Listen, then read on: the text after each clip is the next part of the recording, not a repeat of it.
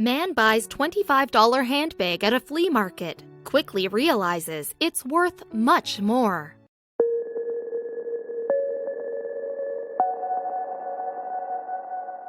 Who doesn't love skipping through flea markets and secondhand shops? You might have to dig a little, but there are always a few diamonds in the rough. So when UK resident John Richard spotted a quirky little brown handbag at a secondhand shop, he wasn't expecting it to be worth anything. He just liked its distinctive print. But there was something else about the bag he couldn't stop thinking about. Antique hunter and retiree John Richard below visited a Kingston Oxfam charity shop in February of 2012. The 73-year-old scanned the aisles, examining all of the secondhand goodies until a peculiar handbag caught his eye. The somewhat clunky bag was adorned with a brown leather trim and had two handles long enough to rest on one's shoulder. But what made the brown purse stand out was its campy Elvis Presley print, which covered its front, back, and inner lining.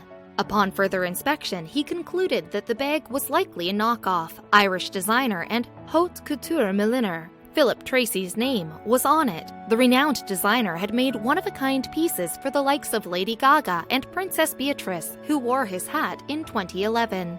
John knew it was likely a knockoff Philip Tracy piece, as those fakes often look realistic. Either way, he knew he just had to buy it. He did, for the American equivalent of just $25. Though the West Hampstead, London resident was initially shocked to find it lying in a box in the charity shop, he didn't touch the bag for 2 months after he brought it home.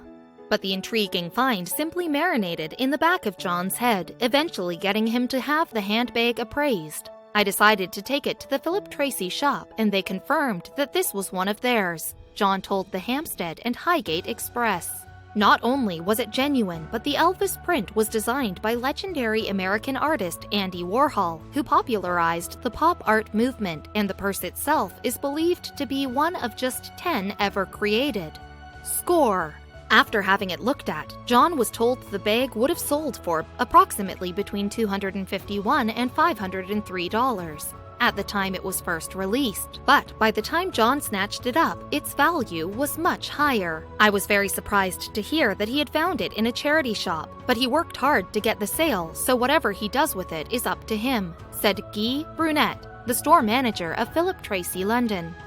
I imagine it could reach £350,000. It's a piece of art, not a bag, he continued, clarifying that its value is based on its cultural significance. But not everyone agreed that the artful bag could earn John up to approximately $440,000.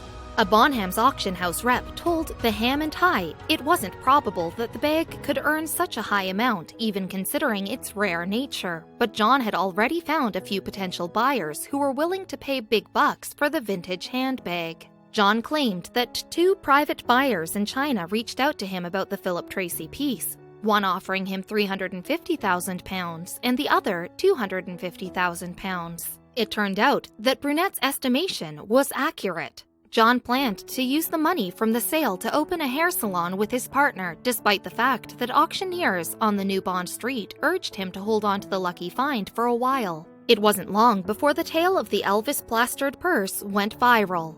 Though nothing was final just yet, if the Philip Tracy bag did sell for £350,000, $438,970, it would have been the highest-priced handbag ever sold back as of 2012. And when Oxfam got word of John's lucky find, its higher-ups weren't too happy. We were stunned to hear about the world record-breaking price this bag could be expected to achieve, said Fee Gilfeather, the head of audience and strategic planning for Oxfam. But since Oxfam focuses on ending the injustice of poverty and providing disaster relief via its charity shops, disappointment was inevitable. Oxfam has a dedicated team of experts who work with the most valuable donations from our shops across the country to secure the best price for Oxfam, including annual high-profile auctions at Bonham's. Fee continued. She was still in bitter disbelief. It's highly unusual for an item of such extreme value to go unnoticed and demonstrates the growing appetite for seemingly ordinary items overseas. We are of course very disappointed that Oxfam won't benefit from the sale, said Fee.